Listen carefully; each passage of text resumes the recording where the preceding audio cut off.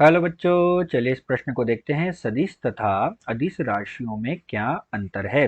तो बच्चों, प्रश्न में हमसे क्या पूछा गया कि जो हमारे पास दो प्रकार की राशियां होती है, एक है सदिश तथा दूसरी है अदिश, इन दोनों राशियों में क्या अंतर होता है। तो चलिए बच्चों, सर्वप्रथम हम इस प्रश्न की मुख्य अवधारणा पर चर्चा करते हैं। तो बच्चों, इस मुख्य अवधारणा में हम क्या देखते हैं, हम देखते हैं कि हमारे पास जो सदिश राशियां क्या होती है, तो हम लिखते हैं यहाँ पर कि ऐसी भौतिक राशियां ऐसी भौतिक राशियां जिन्हें व्यक्त करने के लिए ऐसी भौतिक राशियां जिन्हें व्यक्त करने के लिए जिन्हें व्यक्त करने या प्रदर्शित करने के लिए परिमाण व दिशा दोनों की आवश्यकता होती है।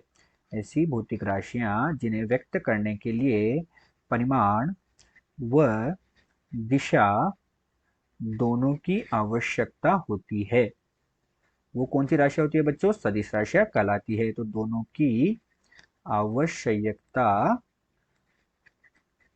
होती है।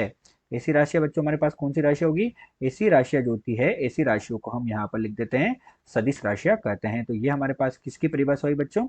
सदिश राशियों की परिभाषा हुई। तो ये हमारे पास सदिश राशियां होती है। उदाहरण के रूप में हम क्या लिख सकते हैं बच्चों? उदाहरण के रूप में हम लिख सकते हैं वेग, त्वरण तथा बल जो है, ये हमारे पास सदिश राशियां होती है, जिनमें हमारे पास क्या होता है? परिमाण व दिशा दोनों उपस्थित होते हैं। तो वेग हो गया, त्वरण हो गया और बल हो गया।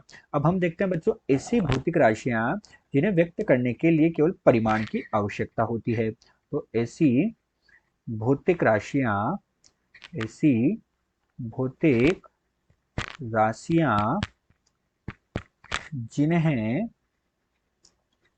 व्यक्त करने के लिए जिन्हें व्यक्त करने के लिए केवल परिमाण की आवश्यकता होती है, दिशा की नहीं। परिमाण केवल परिमाण की आवश्यकता होती है। ऐसी राशियां बच्चों हमारे पास कौन सी राशियां होती है? ऐसी राशियां जो होती है, ऐसी राशियों को हम अदिश राशियां कहते हैं, जिन्हें व्यक्त करने के लिए केवल परिमाण की आवश्यकता होती है। ऐसी राशियां हमारे पास कौन सी राशियां हो जाएगी? अदिश राशियां हो जाएगी। अदिश राशियों के उदाहरण बच्चों हमारे पास क्या हो गए? जो दूरी तथा समय होते हैं, ये हमारे पास क्या होती है बच्चों? अदिश राशियां होती है। उदाहरण के रूप में हम क्या लिख सकते हैं? दूरी हो गई, समय हो गया, ये हमारे पास अदिश राशियां होती है।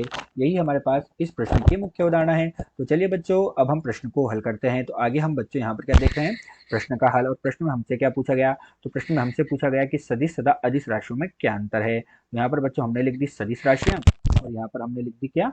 अदिश राशियां। अब इनमें हम अंतर देखते हैं बच्चों। तो पहला अंतर हम किसके आधार पर देख रहे हैं बच्चों? पहला अंतर हम देख रहे हैं इनमें परिमाण और दिशा के आधार पर। किसके आधार पर बच्चों? परिमाण व दिशा के आधार पर हम इनमें पहला अंतर देखते हैं। तो हमने क्या देखा मुख्य उदाहरण में कि सदिश जो होते हैं उनमें परिमाण व दिशा जो होते हैं दोनों उपस्थित होते हैं। तो यहाँ पर हम लिखेंगे दोनों उपस्थित होते हैं। क्या होते हैं बच्चों?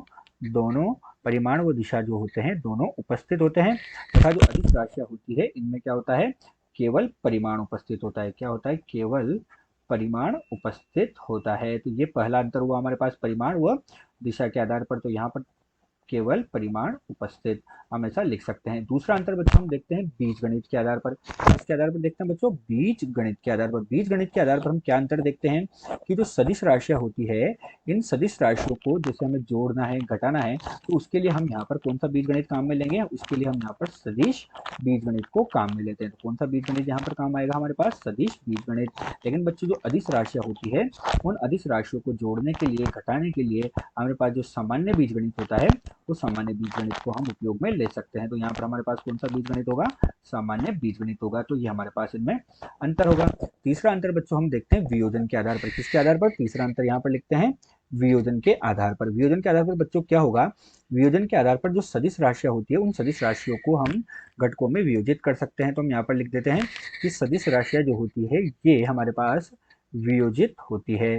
सदिश राशियां कैसी होती है बच्चों हमारे पास? यहाँ पर हम लिख देते हैं सदिश राशियां वियोजित होती है। लेकिन हमारे पास जो अदिश राशियां होती है, इनका हम वियोजन नहीं कर सकते हैं। तो यहाँ पर हम लिख देते हैं वियोजन संभव नहीं है या वियोजन नहीं कर सकते हैं। तो ये हमारे पास तीसरा अंतर होगा बच्चों वियोजन के आधार पर।